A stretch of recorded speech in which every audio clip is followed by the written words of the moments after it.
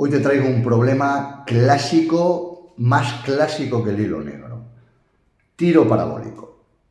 Lanzamos un proyectil con un ángulo de 30 grados y una velocidad de 30 metros por segundo. Y me piden dos cosas: el alcance y la altura a la que llega el proyectil. Es decir, este problema os lo vais a encontrar sí o sí prácticamente en cualquier lado, si no a niveles medios de secundaria, pues a nivel preuniversitario. Es un clásico, ya os lo digo. Y esto se resuelve de la misma manera siempre. Hay que tener un cierto conocimiento de trigonometría. Si no sabes trigonometría, tienes vídeos en el canal donde se explican más o menos las relaciones trigonométricas, pero aquí vamos un poquito a saco, ¿de acuerdo? Si lanzo un proyectil con un ángulo de 30 grados, lo que va a pasar es esto de aquí, ¡pop! ¿De acuerdo? Esto es lo que pasa. De hecho, esto es lo que pasa en realidad, ¿vale? Se traza una maravillosa parábola, ¿vale? Bien, ¿cómo planteamos este problema? Aquí en realidad están pasando varias cosas. Lo primero que voy a hacer es simplificar esta historia, porque si no, esto es una marranada.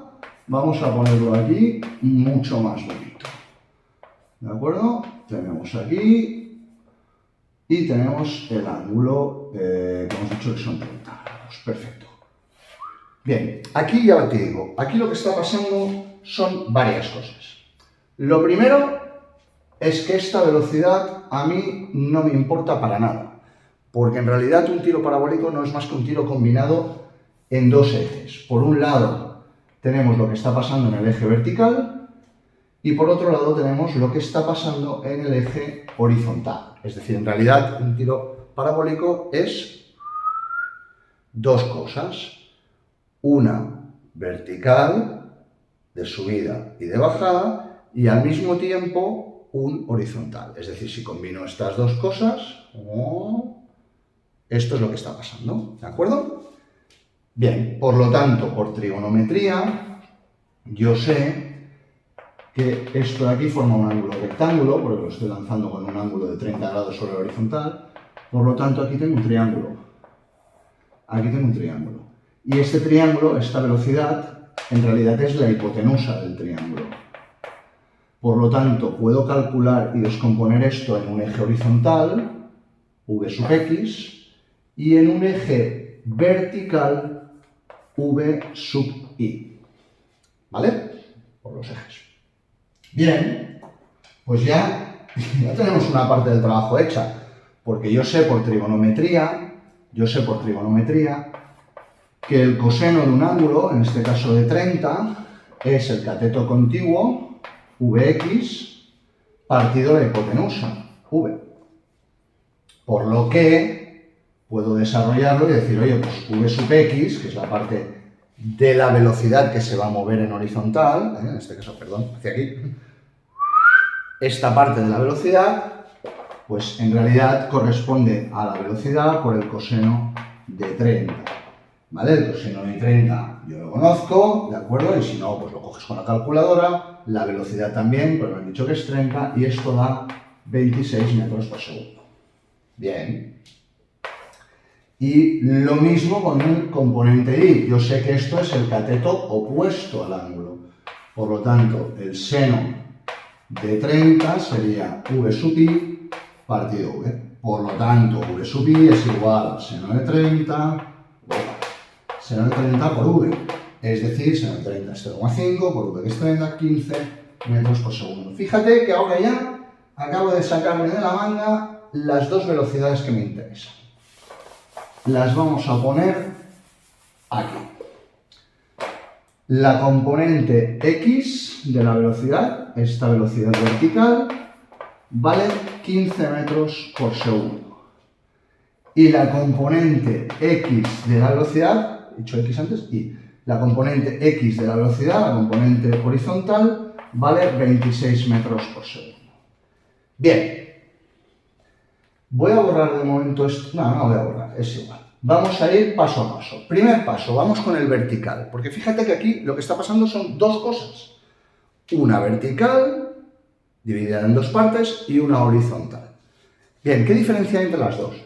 La horizontal, en ausencia de rozamiento, ¿vale? A no ser que el problema nos diga que hay rozamiento, y no lo va a decir, en ausencia de rozamiento, este problema se plantea como que en el eje horizontal lo que tengo es un movimiento rectilíneo uniforme, no hay rozamiento, por lo tanto no pierdo velocidad, la velocidad que tengo es la que hay, ni gano ni pierdo, ¿vale?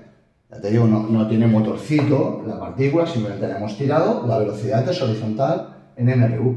Por lo tanto, el movimiento que rige esto, la X, es igual a X sub 0 más velocidad en el eje X, V sub X, T.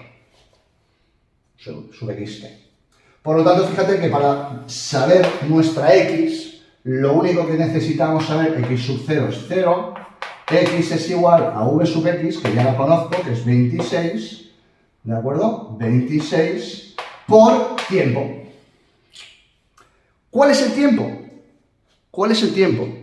Pues el tiempo que tarda en subir y bajar. Mientras va subiendo y va bajando, va avanzando. Por lo tanto, el tiempo que sube y el tiempo que baja es el tiempo del que dispone el objeto para ir moviéndose. ¿Sí? Es decir, esta T en realidad es nuestra trampa, es lo que queremos saber, ¿vale? Por lo tanto, esta T es, podríamos decir, el tiempo de subida más el tiempo de bajada, ¿vale? ¿Y cómo se rige el movimiento vertical? ¿Qué pasa cuando ya lanzo un objeto al aire? Pues que sube y baja.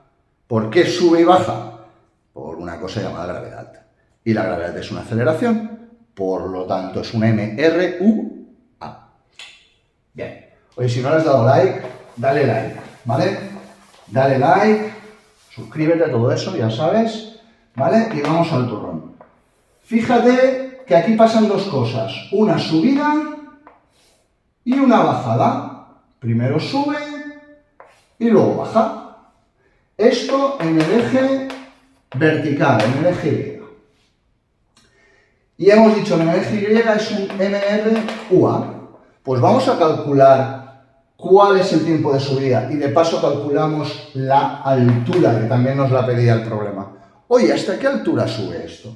¿Hasta qué altura sube esto? Pues aquí tenemos que pensar un poquito. MRUA, yo tengo dos ecuaciones. En vertical, H es igual a H sub 0 más V0 Y, Estamos en el eje Y, V sub 0 Y, T, ¿vale? Velocidad inicial en el eje Y es esta.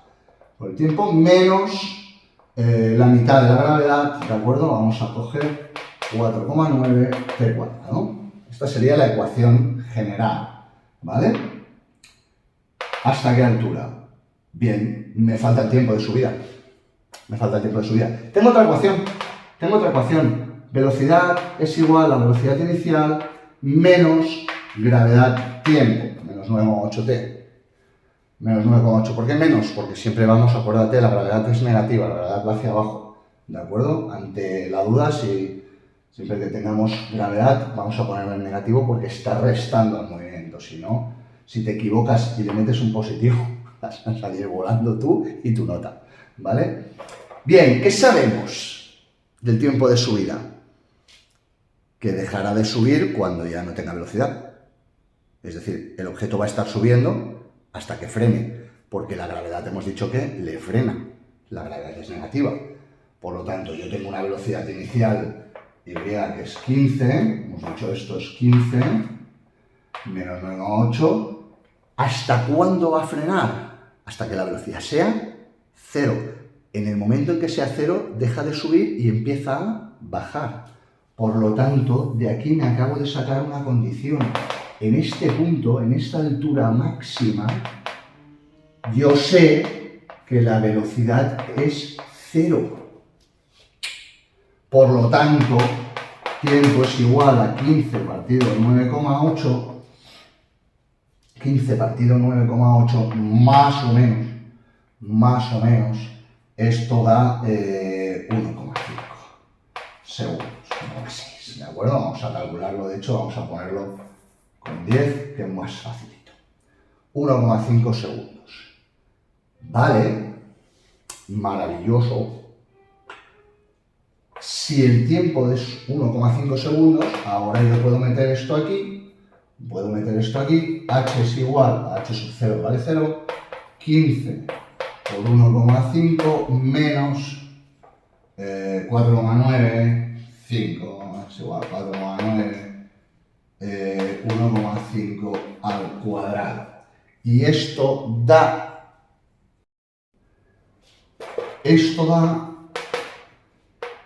11,5 metros de altura. Esta sería la altura a la que llega. ¿De acuerdo? 9,8 aquí, no volváis. Esto da 1,53 por ahí. Bien, este sería el tiempo de subida y la altura a la que llega.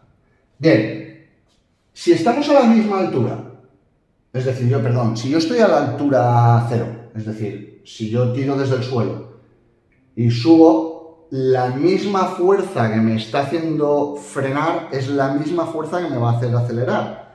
Es decir, si la aceleración siempre es la misma, es constante, y es la única aceleración que influye en este caso, el tiempo que yo he tardado en subir, me he ido frenando, es el tiempo que me va a ir acelerando.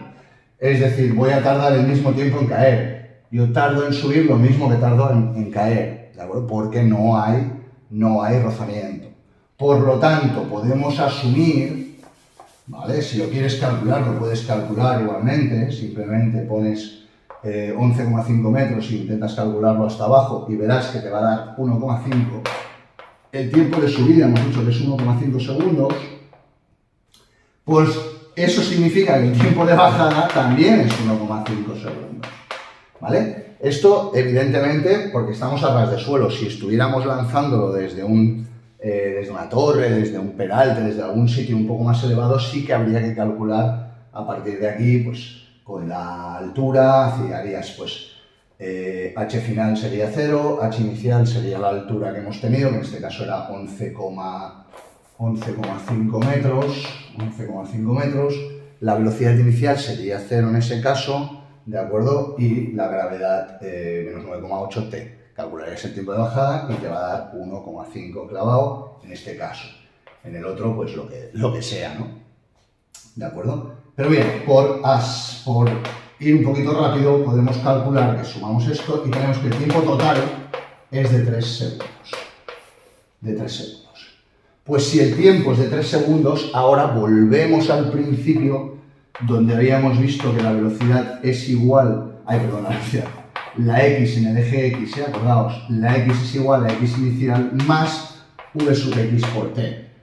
La x será igual a x inicial es 0, velocidad sub x es 26 metros por segundo y estos son 3.